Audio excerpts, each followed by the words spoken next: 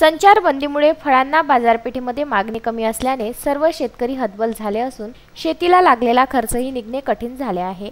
काही भागात दिवसाला कधीच लाईट नसते, त्यामुळे शेतकऱ्यांना पिकाला पाणी देण्यासाठी जीवाची पर्वा न करता व जंगली जनावरे यांच्याशी एकहात करत शेती पिकवावी लागत आहे।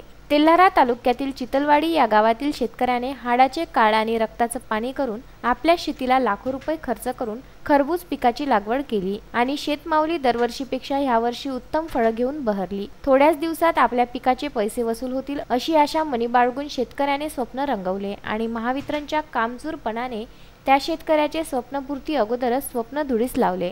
या शेतकऱ्याचा माल पक्का होणार याआधीच विद्युत तारा तुटल्या, त्यामुळे शेतकऱ्याने महावितरणच्या अधिकाऱ्यांशी संपर्क केला, परंतु त्याला कुणीही प्रतिसाद दिला नाही। अर्जुन भानुदास इंगळे, तालुका तेल्हारा, जिल्हा अकोला, चितलवाडी असलेला मी रहिवासी। मी 2016-17 पासून 16-17-18-19ला सतत 3 ते 4 वर्षापासून मी लागवड करत आहे टरबूजची, खरबूजची। या क्षेत्रामध्ये मी दरवर्षी लाखो रुपयाचे उत्पन्न घेत होतो।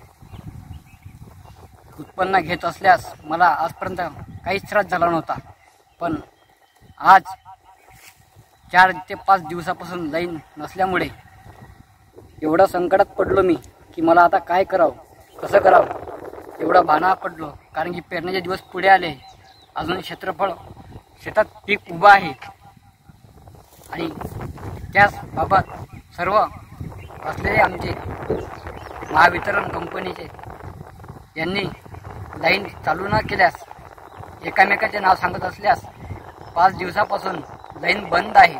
परंतु त्याला कोणीही प्रतिसाद दिला नाही व लाईन दुरुस्ती केलीच नाही।